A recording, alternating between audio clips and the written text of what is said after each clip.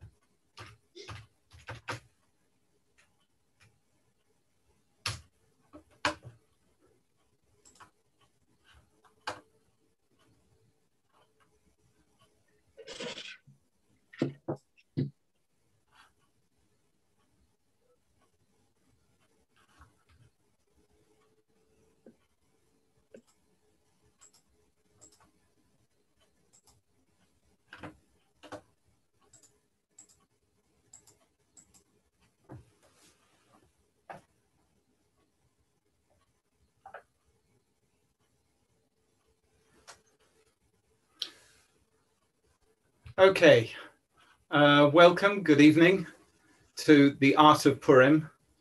Mish Nichnas Adar Marbim B'Simcha. And Israel's certainly beginning to open up, and worldwide, in the developed world, the vaccinations are beginning to really take effect, which is great. So I'd like to take a trip through history and look at some of the art, both paintings and objects, to do with Purim. And as you can see, the opening slide is from Sfat in the 19th century, the 1800s, of a scene of a Adlo Yada, and beautiful folk art, if you want, from that period. But I'd like to start by going back, if I can get to have a look at this item, which is from the 9th century BCE. So it is well before the Purim story. And this is a unique item. It's a cube held at Yale, and it's inscribed in Akkadian, and it's basically a die, one of a dice, but a singular die, and you would roll it to make decisions. And the clay cube, as I've written there, is inscribed in cuneiform, in Akkadian, with the name and titles of Yahli and a prayer. And the prayer says, in Akkadian, in his year assigned him by lot, Puru. And Purim comes from the Puru, the lot, this die that was thrown. May the harvest of the land of Assyria prosper and thrive in front of the gods Ashur and Adad. May his lot, the Puru, fall. In fact, the word Puru seems to come from Buru in Akkadian, which is a bowl, a divination bowl, and you would throw your dice or your die in the bowl, and where it would land, so you'd make your decisions. Today, we make often important decisions by vote. If you look at the Israeli political system, perhaps we should go back to using the die and the dice. Maybe we'd get better decisions. But this is just a wonderful surviving item from the 9th century BCE. But before we get into the art, I'd just like to set the scene of exactly where Purim is. And it's actually quite easy to fix in your mind if you start with 586 as the destruction of the first temple, the Beit Rishon. And I'm going to take the standard chronology on the right. I've put the Chazal chronology just for the destruction. And as you can see, it's approximately 165 years out. But from 586, you can go down 50 years approximately, and you get to Hatzarat Koresh, the Edict of Cyrus the Great. And we're going to look at the last pasuk of the Tanakh that deals with that. And then a year later, the rebuilding starts already after 50 years of the second temple. And then 70 years after the destruction, the second temple is actually rebuilt. And approximately 100 years after the first destruction, that's when Esther becomes queen. So if you think about it, in the culture that Esther was living in, it was in the memory of people what happened. And if you think today back to the Second World War, where we're talking what, 90 years or the beginning of the Second World War. So again, you've got a similar sort of time period, perhaps a bit more, but it puts it in place. Now, we know Purim is celebrated in Adar, commemorating the salvation of the Jews in the ancient Persian Empire of the 5th century BCE. And Haman, the minister of the king, perhaps the prime minister of Achashverosh, planned to kill all the Jews, but his plans were foiled by Mordechai and Esther, and she became the queen.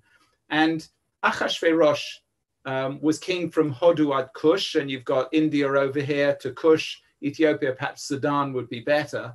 And I've just circled these places. Babylon, again, from the destruction of the First Empire, that's the center of power, which then is going to move to Shushan. And everybody agrees, I think, that Susa on the map is Shushan. And just have a look at Ecbatana, because we're going to see that as Hamadan. And in fact, the best remains, Susa, the king actually went between Susa and Persepolis, which I haven't ringed, but it's there. And there are wonderful ruins still extant there. Now, here's an old postcard I have of Shushan, the palace. It was printed in Bombay. The ruins of the palace of Ahasuerus, Achashverosh, and Vashti. And you can see these two military gentlemen. And this is a pillar. You can see the size of this one pillar. And we're going to see how awe-inspiring the buildings were at that time. And here's a 1935 photo, an aerial photo of Susa.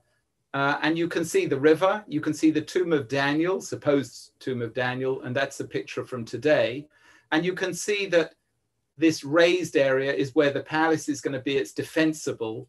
And again, Shushan HaBirah, the question is what the Birah means. Does it mean the capital? Is it it means in modern day Hebrew, or does it mean the palace? It might mean either. Now, the Achaemenid Empire, the first Persian Empire, founded by Cyrus the Great, Hatzarat Koresh, here you've got again, 600 to 530. And the line of succession was Cyrus, Cambyses, Darius. Now, there's two Xerxes, Xerxes I and Artaxerxes. Most people agree that Ahasuerus is this Xerxes. Some will argue that it's Artaxerxes. And there's a lovely painting here from the 15th century, Renaissance painting by Jean Fouquet. And you can see here, this is the earliest portrait miniature and maybe the very earliest formal self-portrait ever. And in the picture, which unfortunately I've got obscured by, I've just taken it away, you can see the king. He's got advisors on both sides of him. And the people come in under the victory arch here. And you've got the soldier up here in gold on the pillar. And they come before him. And the question is, who are these people? Well, I think this is solved by this gentleman in the very center of the painting. And if you look at his hat and you look at a Judenhut, the Jewish hat of the 13th century, you can see he's clearly Jewish. And this is Cyrus giving the edict for the Jews to return if they wish. And here's the last pasuk of the Tanakh. Ko amar Koresh melech Paras, right? Cyrus, the king of the Persians. Kol mamlachat haaretz natan li Hashem elokei hashamayim. So God has given me all the nations and we saw how big his map is. V'hu pakad alai, and he gave me an order, live not lo bayit, to make me a house in Jerusalem, which is in Yehuda. Mi v'chem, who amongst you, mikol amo Hashem elokavimo, who has God, Hashem elokav is his God, v'ya'al, let him go up. And look at this. This is the Palace of Darius. This is, if you go to the Louvre, you'll see this. These absolutely beautiful, beautiful decorations to go on the outside of buildings. This is the top of a column. We'll see another one of these in the Louvre. But absolutely wonderful art, just wonderful Assyrian art, Persian art, Achaemenid art of the time. And this is a reconstruction of the palace of the Apadana from Shushan HaBirah, which, as I said, may mean capital, may mean palace. And you can see here's the tops that we saw before here. And if you look here, you can see here the bird. So this is not quite accurate. I think all would agree now. But again, in the ancient world, to walk into such a building is remarkable. And again, just from an artistic point of view, these glazed tiles are absolutely beautiful. And this is a museum I'd like to go to, but not quite yet, in Tehran. We're going to visit a few museums that we can't get to at the moment. National Museum of Iran. And you can see one of the capitals of the pillars. And here on the left, you've got a rhyton, a gold drinking cup. It's in a conical shape.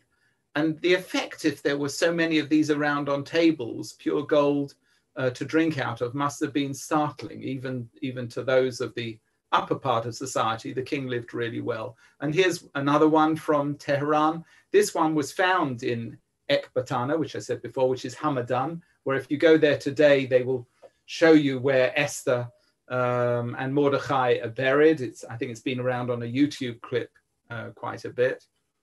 And here, if you go to the Met in New York, you'll see these two items, again, from that period, another conical drinking cup and a fluted bowl. And there's some cuneiform writing around it. And again, you've got the word Xerxes in there. So from our perspective, this could well have been on the table at the banquet given by Ahasuerus. And beautiful items, just beautiful. And this from the British Museum is a limestone relief.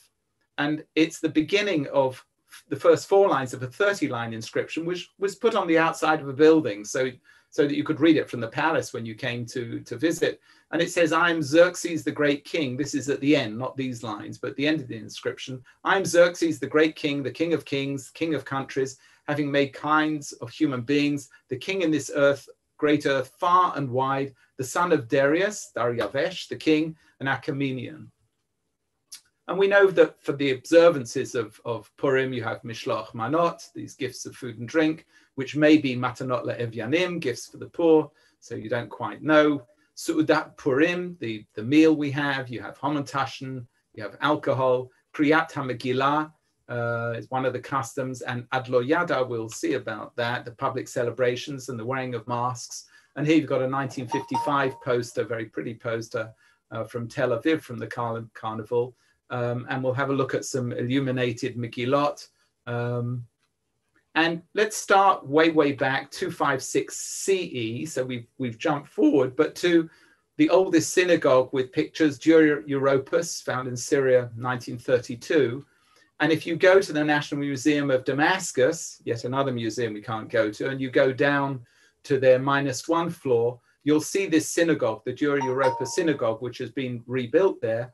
And here is the Torah niche, what today would be the Torah Ark.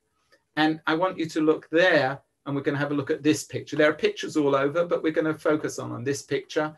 And you can see it's the triumph of Mordechai, which is strange in a sense, because why would the picture that it's in one of the most important places in the synagogue be of the Purim story, except that Dura Europos is out there in Syria on the border. You've got going to the east, the Persian Empire. So 245, they were still fighting, and it was a fort town. Dura, as in the English word endure or durable. So it's a fortress, it's the Europos fortress. And this is the picture, the triumph of Mordechai. And we see here Haman leading Mordechai on the horse, the famous story. And we see the king and we see the queen, and she'll be Queen Esther, and this will be Ahasuerus, and he's sitting on a throne. You can't really see it in this reproduction too well, but this is the throne of Solomon, because you've got these animals as is described, certainly in the Talmud, you can see that he's sitting on. And I'm going to just have a look at that closely, because also at Dura Europos, you've got this relief of Syrian deities. And if you match the two, you can see where the artist has got his ideas from. This is Hadad and Atargatis. In fact, she's the main one, and he's a supporting god. So it's interesting. Esther, in a sense, if you're copying this, is the more important person. Now, on Purim, we say V'nafochu, everything's sort of reversed, turned upside down, and that comes from the Megillah, from the 9th chapter, verse 1. And at the end, it says, V'nafochu, asher yishletu haYehudim hema bisonehem, that the Jews, it all got flipped upside down because the Jews were ruling over them that hated them. And there's a tradition of parody. And going back to 1320, you've got Masechet Purim by Kalonymus ben Kalonymus, which turns into Masechet Shikurim, right? The Masechet of those who are completely drunk.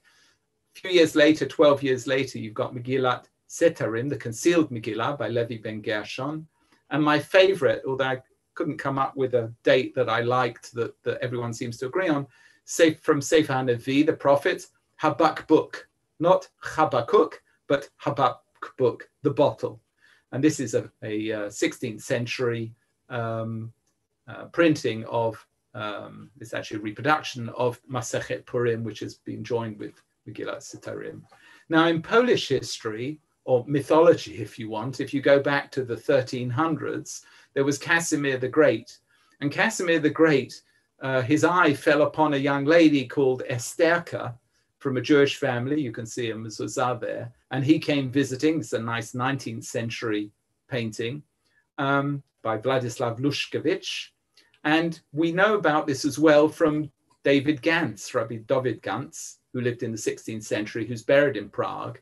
He's called the Tzemach David because he wrote this book in 1592. He's quite a polymath. And he writes, Casimir, the king of Poland, took for himself a concubine, a young Jewess named Esther. Of all the maidens of the land, none compared to her beauty. She was his wife for many years. For her sake, the king extended many privileges to the Jews of his kingdom.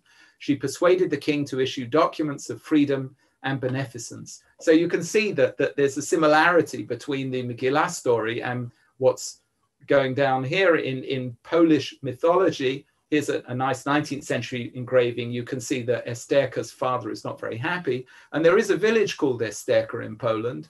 And there's also Esterka's mound where she's supposedly buried. One thing that's worried me about this painting, the mezuzah is on the wrong side. So v'nafachu, I much prefer to look at it switched around.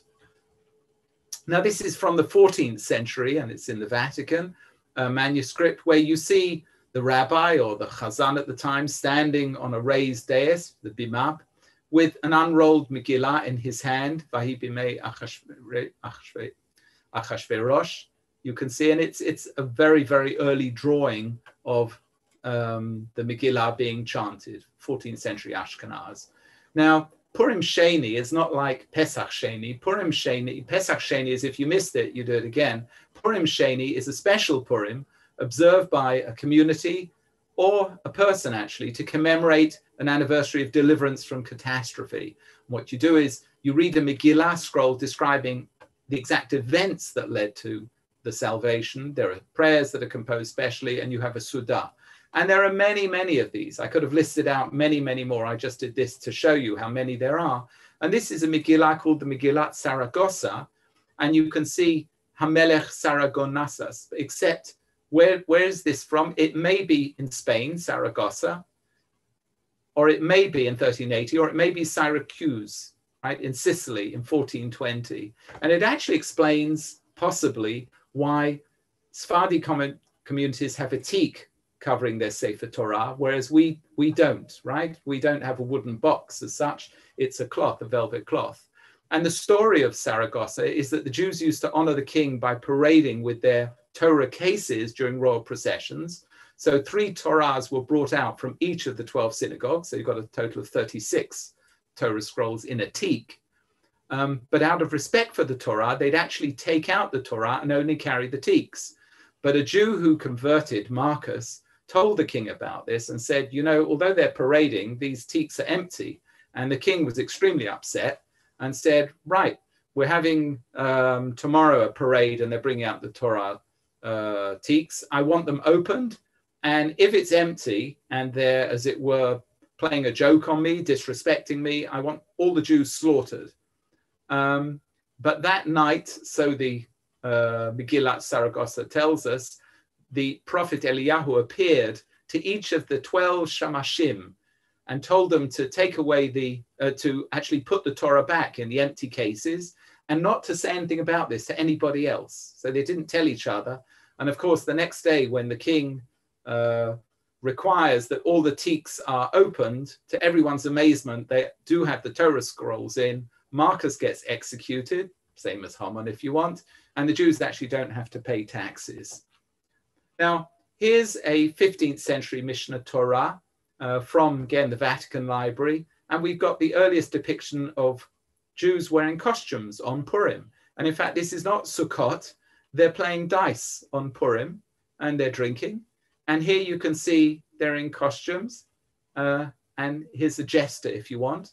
And again, where does this come from? Probably picked up from the carnivals from the Middle Ages, for example, in Venice. And this is a wedding chest produced by two people, Lippi and Botticelli. Lippi actually was working as to learn in the studio. He's apprenticed to Botticelli's workshop. His father was actually a monk who wanted to paint a Madonna and got hold, oh, shouldn't say got hold, but a nun was, a very beautiful nun was his model. What do you know, 9 months later, the nun had a baby, and that baby was Filippino Lippi. His father is Fra Lippi, Fra Filippo Lippi. Lippi is a place, not a surname as we have today. But that's the story of him. And this wedding chest is painted on its top and on its various sides, but it's now split all over the world. So you can see I had to go to the museums in all these various countries. We'll see them. And it tells the story of basically Esther and what happens. So you've got Esther here and Vashti, this in Florence. You've got this absolutely beautiful painting of Ahasuerus choosing Esther. This is in France. You've got this one with Mordechai in tears from the ends of the Cassone, the triumph of Mordechai, where Haman's having to lead Mordechai on a horse. And this one, which is in the Louvre, where you can see Haman's begging for mercy from the king. Esther is fainting. And right in the background there, you can see Haman is hung. Now, the very earliest illuminated Megillat Esther, 1564, amazingly, is by a woman, Estelina. She is both the sofer and the decorator of this. This is in the Brzezinski collection, a private collection in Zurich. And Ardon Bar-Chama is actually one of our members here in Ohel Ari. And here he is, man in a kippah, meeting a man in a kippah. His photography is world class. And this is the end of that particular Megillah, where you can see Estelina, Anochi Estelina, right? Batakatzin Kmar Menachem, daughter of Menachem. And here she is in Venezia. And she says here that she wrote it, she illuminated it. Very, very pretty, the earliest illuminated Megillah. And now we have a Veronese. Again, I haven't really got the time to go into the Christian view of Megillat Esther. It begins that it's not very well thought of, but ends up that they see a lot of meaning in the Megillah, especially to do with Esther as a prefiguration of Mary, but I won't go into that too much. But I just wanted to show you some of the beautiful art that has come around because of this. And here's a Purim token minted in Nuremberg in 1590, and you can see on one side you've got the triumph of Mordechai and Haman leading Mordechai, Mardochi, right? Esther, and you've got the very, very high gallows to hang Haman on here. And from a Sefer Minhagim, these beautiful woodcuts, which I really love, again, showing people dressed up, making music, a flute here, maybe Rashan. And this is Haman begging for mercy by Peter Lassmann in the 17th century. Peter Lassmann was the teacher of Rembrandt. So it's very, very interesting to see his work and see how it translates. And again, a very beautiful painting from the Bet HaMikdash, supposedly a lot of the gold implements that were used, very rich painting. And this is Gentileschi, who's become extremely popular in recent years, a female painter. And again, she has an amazing history. Unfortunately, it's of terrible abuse as a young woman. And she, in her art, shows that, worth reading up about her, Artemisia Gentileschi, and the life she lived. Her father was a good painter. She was a remarkable painter, not so many lady painters. This is 7 feet by 9 feet, huge painting. And you can see she's depicting the king here as rather a young rake. Interesting. And here's Peter Lassmann's Triumph of Mordechai. And you can see in the background this building, which seems to be the Pantheon in Rome. But again, a very rich painting, Haman leading Mordechai. Here's a Rembrandt, except the committee now are wondering about this. So they say possibly it was begun by Rembrandt, but it was in his workshop. So Haman begging for mercy again. And this is a Rembrandt, there's no doubt about that, an etching. And you can see that Rembrandt's taken the Peter Lassmann, I've switched it round, and you can see the similarities, except being a Rembrandt, there's a little baby in there, there are dogs barking and crying. There's a tremendous amount of detail in this. And this is a full Rembrandt, I think everyone agrees, of Achashverosh. And this is when Esther gives her feast to invite Haman, and a lot of the action happens there. Now we're going to go forward, Amsterdam, 1720, and we're now in a shul where they're Kriyat HaMegillah, but things are going on. You can see, apart from the community, down here and here and here, and let's look a bit closer. So you can see they've got hammers. So to blot out the name of Haman, they're going to whack on the benches, must have been extremely noisy.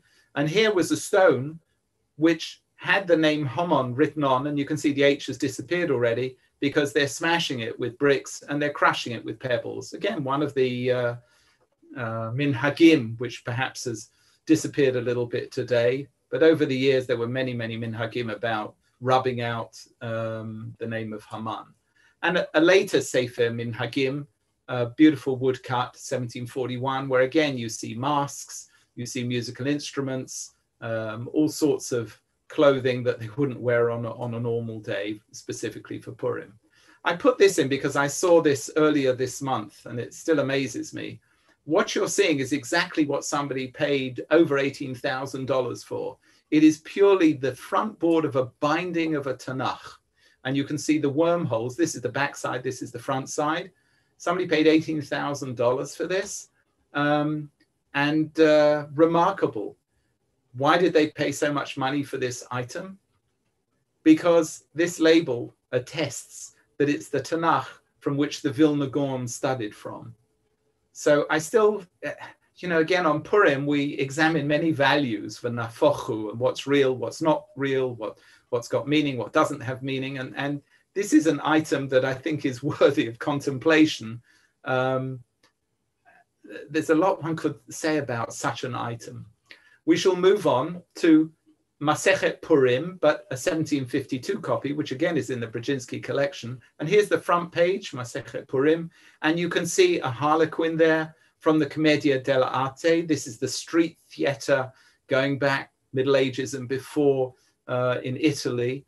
And what interested me as well is that the front page, for those who remember the financial world of years ago, this was owned by Ivan Bursky and they're since divorced Seymour Bursky, and it was in their family manuscript collection. Anyone who's seen the film Wall Street, Gordon Gekko here, the king of Wall Street, was meant to be Ivan Bursky here. And this is a very, very interesting, again, a parody, lots of parodies. It's the parody we saw before by Kalonymus Ben Kalonymus, and deals with eating and drinking too much during Purim. And what's interesting is in this particular copy, there is this trompe l'oeil, the triumph of the eye, i.e. deceiving the eye. And in Jewish art, you don't see this much. I think this is one of the earliest cases where you see it, as if someone's thrown a pack of cards down there. And I actually think that's meant to be the King of Spades. And if you look at an ordinary pack of cards, that's actually King David is the model for the pack of cards we all have today. Another page of Masechet Purim shows this man with an instrument which goes back to the Middle Ages, actually, the hurdy-gurdy. It's a bit like a violin, except you turn the handle and there's a rubbing wooden a wheel which rubs on the string and makes the sound. You can look on YouTube, it makes I actually like the sound of the hurdy-gurdy. Now Megillah, illuminated Megillah from Kaifeng in China. I like it very much because the executioner here are the 10 sons of Haman. The executioner is an archer, as they used to do in China, often when they executed you. And this is a Megillah from Morocco, Megillat Esther, Hamalka, or Mordechai HaYehudi. And you've got Mordechai Ish Yehudi, Ben Yair, Ben Shimei, Ben Kish. And upside down, you've got Haman's lineage going back. Again, beautifully decorated. You can't decorate a Sefer Torah, it becomes pasul, but you can decorate a Megillah. The name of Hashem doesn't appear except for Hamelech, the king. And this is 19th century. We're moving forward in date. Moritz Oppenheim, the interior of a 19th century German home on Purim. And again, just a beautiful, it's a bit chocolate box, but you've got the Judenstern, the Jewish light. So we know immediately it's a Jewish home. Kids, they're wearing masks. There's music. They're dressed up. Everyone's having a good time. Just a nice Purim scene of the 19th century. And this is now, we're switching to New York, a Purim Association of Fancy Dress Ball. And we're going to see a number of those where, again, everyone's dressed up. Again, Commedia dell'arte. They seem to like dressing up in terms of how the Italians used to dress up for the theater. And this is for the benefit of the Hebrew Benevolent and Orphan Asylum Society. There were pogroms going on in Russia and Eastern Europe, and people were making their way to the New World. And there were often kids who needed looking after. And this was a way of raising funds to build the buildings, to run them, to look after these children. A 19th century painting, again, it's Orientalist art, but very, very rich, an absolutely rich, beautiful, colorful painting. And you can see exactly what's seen, the denouncement by Esther, right? Who the evil man is. And it's just, if you like Oriental paintings, and I do, Orientalist paintings, I just find it very, very rich painting. And a Megillat Esther from India, again, the Brzezinski collection, wonderful, Vahi bimei Achashverot, again, your normal Megillah, but these wonderful images here. And especially I like the fact that Esther, if you look in the center of her forehead, she's wearing the bindi, the colored dot worn on the center of the forehead for beauty decoration. Some cultures to show that you're married. And again, all of these characters are Esther, Mordechai, they're labeled so you can see what's going on. You can see, if you didn't know, these are the executioners labeled in Hebrew. Here's Achashverosh, I love, he's a potentate, and Esther's here, and all these body parts here. I now come to this Ketuvah, the Purim Ketuvah, and I must thank our Rav Atlas. We spent a very pleasant half an hour. This is a parody. It's printed early 20th century of Haman and Zeresh. Haman here is the minister of evil, and Zeresh is the acrimony advisor. I just put those in. But you can see, for example, from this phrase here, well, in Mishlei, in Proverbs, it's matzah isha, matzah tov.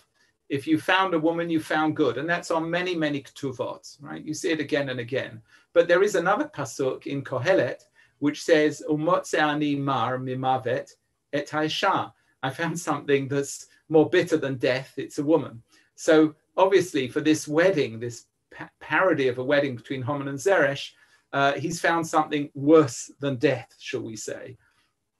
And really we could spend the whole time on this, because it's a very, very clever parody of the Ketuvah, which we've all heard at weddings. And unless you're very, very fluent and you've studied Ketuvot, difficult to actually understand exactly what's going on, but very, very quickly to go through. It starts with the date, B'Shishra Asar LeChodesh HaRishon, the 16th day of the first month, that's Chodesh Nisan. Shlishi Lemachayet Amalek Yimach Shemom. It's the third year of the life of Amalek. May he be blotted out, right? His name be blotted out. Shnat, and it gives the date Shloshet Alafim V'Arba Meot V'Arbim L'Briat Olam, from the beginning of the world, and that's 3404. It's approximately correct, 356 BCE. So everything is sort of close to a normal Ketuvah, but it's actually parodying it. Le Minyan Shanu Monim Pas, at the Minyan that we're here at, Shushan Habirah. So we're in Shushan, Medinat Paras, right, in Persia. Anan Sahadeh, so we witness and again, hey, Hechatan, Hamafursam, Hechatan, Hamahulal, but it's probably, you'd say nice things about Hechatan, except it's Ha'arur Hashoteh. He's cursed and he's a fool. He's Shoteh Hamafursam, he's a famous fool. Chazir Hayar, he's a pig of the forest. Sorer HaYudim, he brings bitterness to the Jewish people, and so on and so forth. And it's Haman HaRasha, he's the Chatan, Yimach Shemom, may his name be blotted out. Amalai Lahada Psilta, instead of Betulta to his bride, Psilta is like Pasul, she's completely worth Shibarta, she's broken. Yaleh Chamurta, She's above all the asses, the donkeys. Para hamaskelet, that's like a defective cow.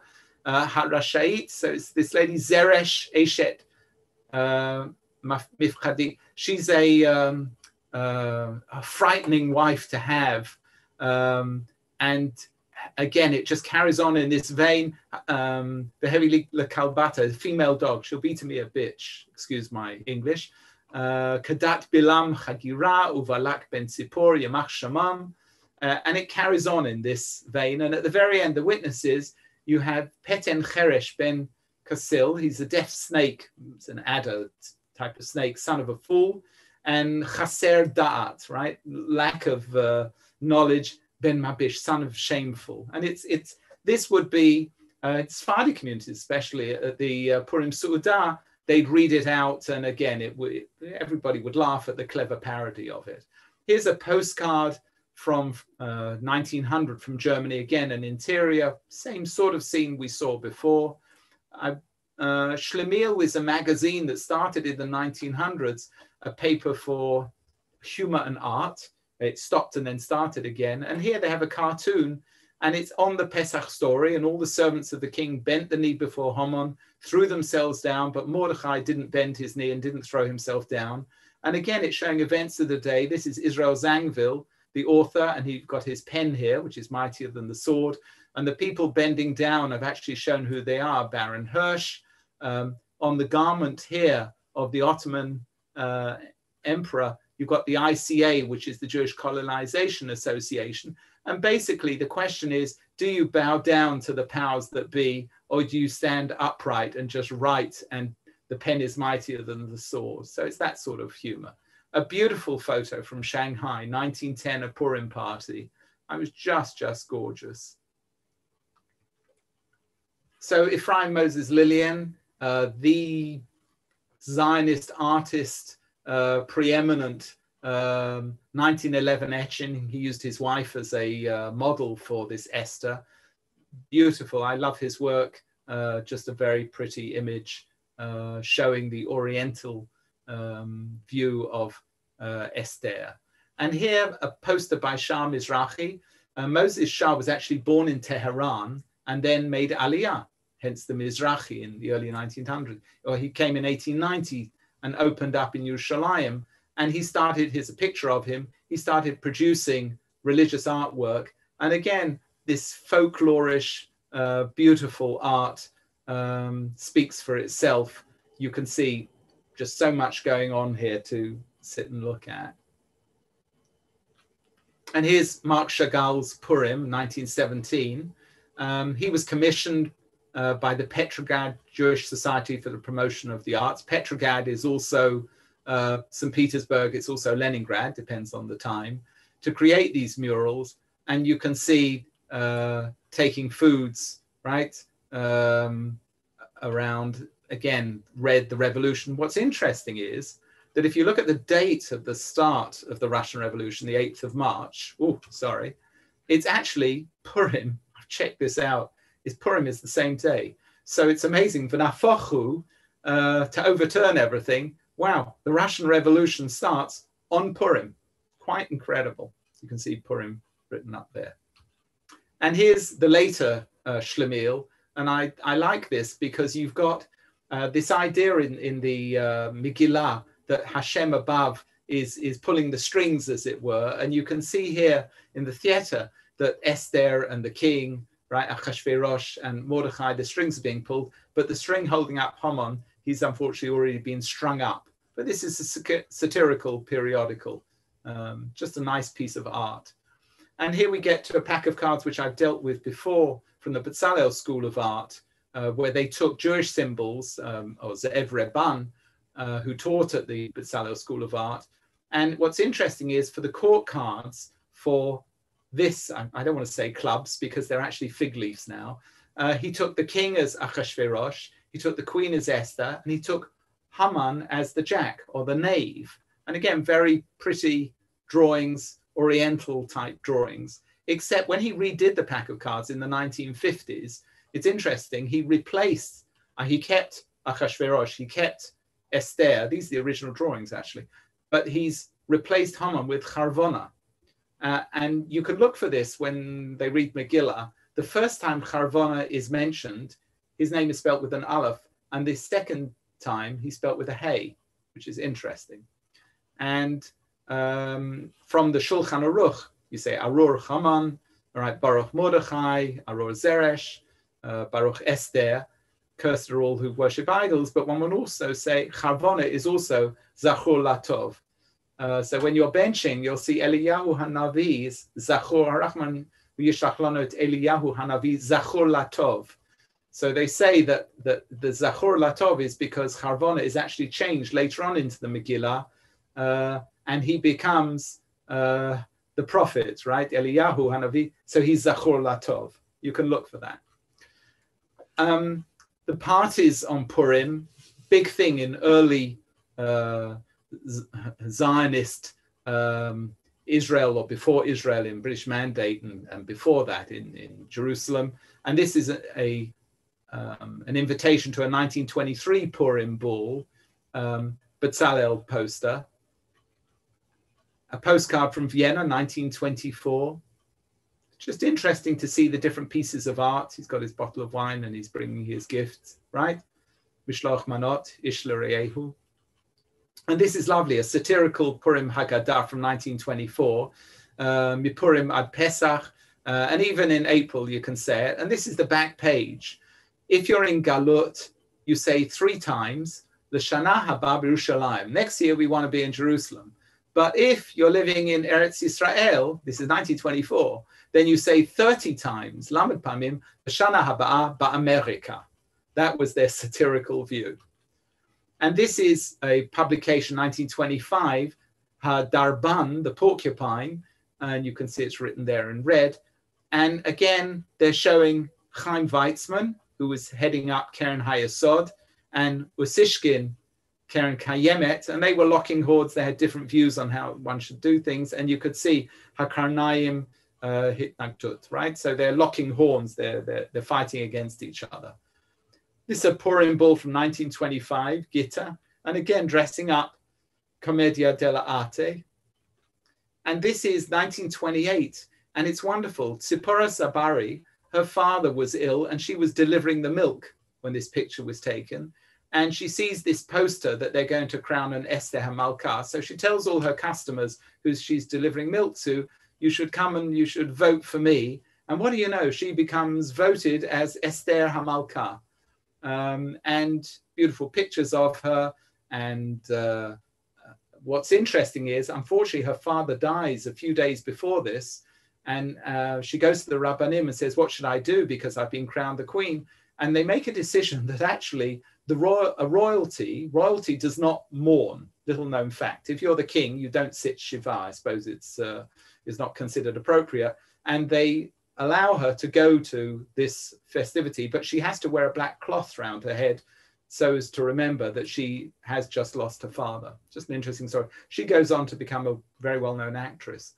Chagenu by Ze'ev Rabban, showing all the different pictures of the holidays. And here's Purim, again for children. Very, very pretty, showing 1928 view of Purim in pre-state Israel, British Mandate. And the posters that go up in Tel Aviv, just a wonderful poster, this from 1929. And you can see the bob hairstyle. I picked this from the flapper hairstyle. So my wife tells me the First World War stopped women having long hair because if you're working in a factory, the machinery, it becomes a pain. So they cut their hair, right? Perhaps emancipation of women, and it shows up here.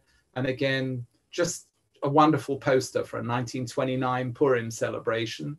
And Nachum Gutman, the artist, actually designs the symbol of Tel Aviv. This is the skyline of Tel Aviv and the shield and the 7 stars, which actually you can see Herzl puts in his diary for the 7 hours that you're meant to work every day.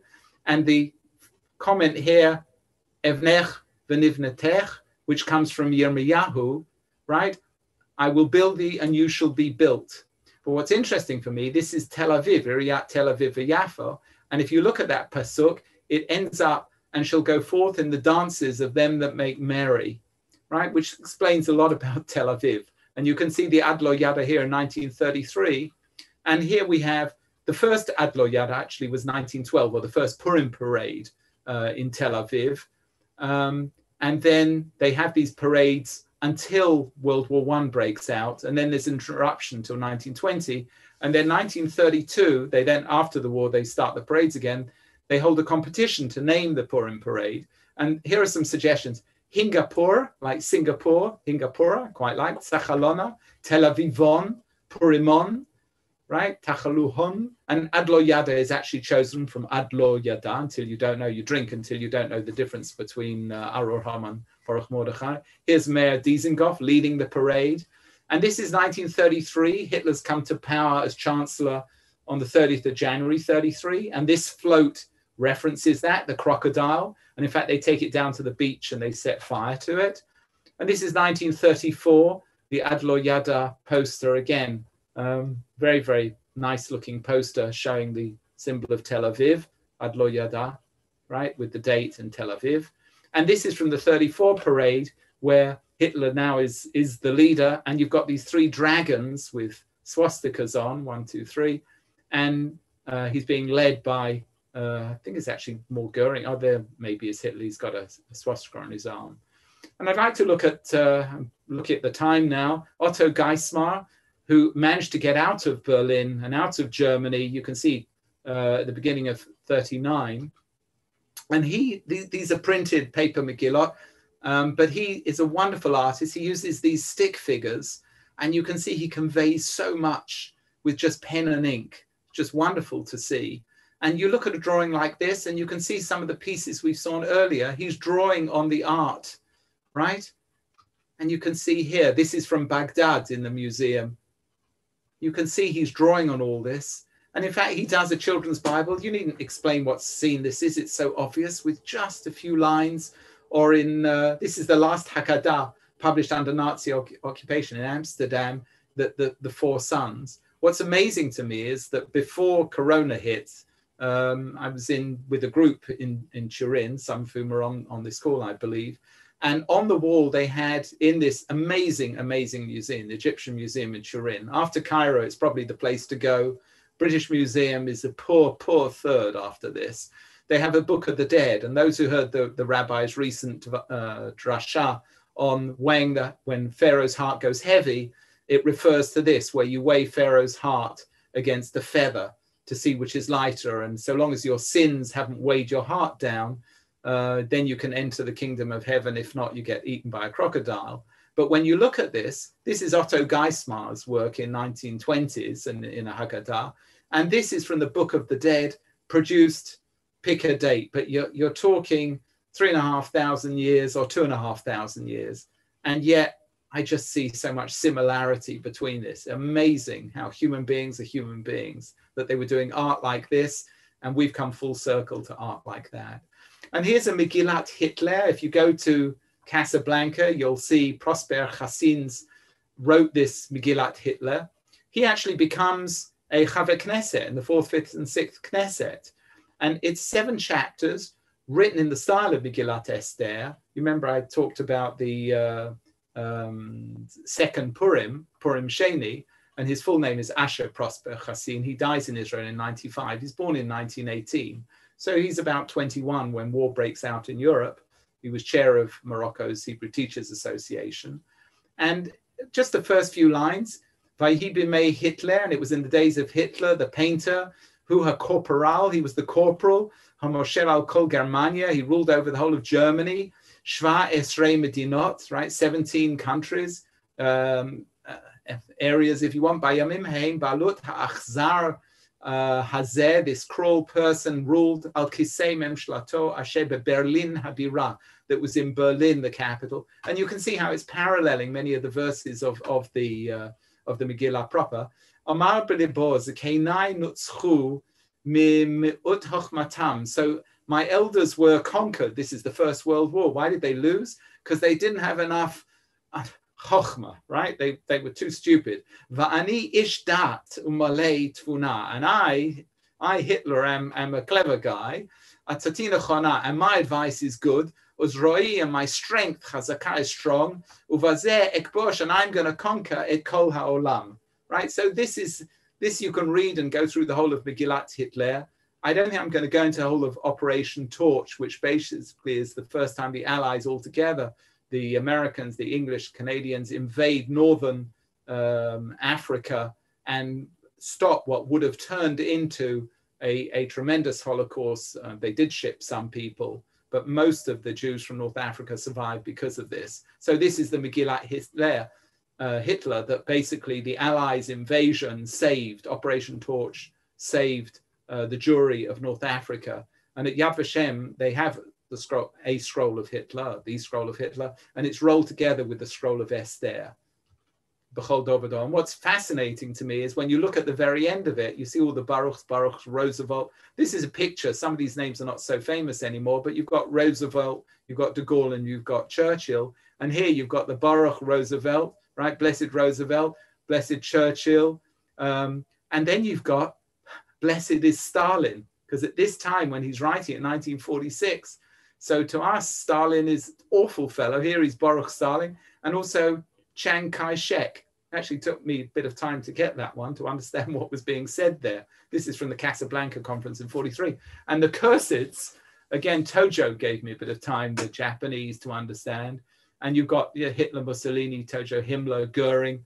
And then Heitz was actually the general at Stalingrad, and he was head of the Jews in France, in Vichy, France. So it's just interesting historically, these things. I'm really running out of time, so I'm going to leave a little bit about Streicher. There is an amazing thing I'll show you quickly, but this is from 1936, the New York Times, where basically it's published in the New York Times that someone like Streicher is basically saying to secure the safety of the whole world, Jews must be exterminated. He's the one who's the publisher of Der Stürmer and gets very, very wealthy from it. And in every issue, you've got the Jews are our misfortune. And what's amazing is, if you haven't seen this before, very quickly, you go to any Megillah and you'll see these miniature letters, smaller than the others, to do with the hanging of the sons of Haman. There's a small Taf, a small Shin, small Zion. You put those together and you get 707, 7 plus 300 plus 400. So you could read it as a Jewish year, in which case it would correspond to 1947, which starts, it's actually 46, 47, it starts in September 46. And when you look at what happened at Nuremberg, they start with 12 people being sentenced to death, but Martin Bormann wasn't there at all, and Goering committed suicide. So they actually hung 10 Nazi leaders, if you think of obviously the Megillah. And Julius Streicher, and there were independent witnesses who saw this, when he was brought before the scaffold to be hung, he screamed out in German, Purimfest. I went to it in German, 1946. He knew his Jewish calendar. He hated the Jews that much. So he saw the relationship between Purim and what was happening. And of course, that year is 707. So again, I just show you this for interest. Landsberg, the largest displaced persons camp, Purim 1946, after what they'd seen, and here they have a headstone for all of the Nazis, as it were. And what's amazing is that this Major Irving Haymont, he's only 27. He sends a letter home. He's meeting Ben Gurion here, an American officer. He's in charge of this camp. And he says the people of the camp seem completely demoralized, beyond hope of rehabilitation. They're completely beaten spiritually and physically. There's no hope for the future. But these DPs very, very quickly started up. Here's the reading of the Megillah in the camp in 46. You've got in Berlin a Purim party. It's amazing how there's this rebirth. And this wonderful artist, Arthur Schick, many of us have his Megillah. And he's actually on the list of the top 10 wanted men in America by Hitler, because his drawings are just so good. You can see these drawings he produces during the war, poking fun at the madmen, as it were. Hitler hates them so much that had they invaded America, Schick would have been one of the first people that he would have got hold of. And Schick does this Megillah, and you can see here, right? skull and crossbones and the Nazi and Haman being Han. And this is Sheikh himself doing it. He saw himself as fighting with the pen. Pen is mightier than the sword. In a sense, historically, this is as far as I'm going to go. This is a book I have from 1947, Haman Smiting, right? Ketzat Chakuet Haman Bitfutzot Yisrael. Haman Smiting the Diaspora. It's a very interesting book. Folklore research done by this professor Lewinsky, Yontov Lewinsky. My wife Emma tells me we actually bought one of these costumes. Ilan Ramon, 2003, went into space. And unfortunately, as we know, in February, the Columbia shuttle exploded. But the Purim costumes had already been produced by them, were on sale. We actually bought one because Purim was March 2003. This is actually a picture. You can see the debris coming off. And if you go to the Berlin Jewish Museum, they have one of these costumes hanging up. Very, very sad. Ours was given away to the charity shop. And if you go to Germany on Purim, well, I found this upside down house, so it'd be nice to make Kiddush perhaps there.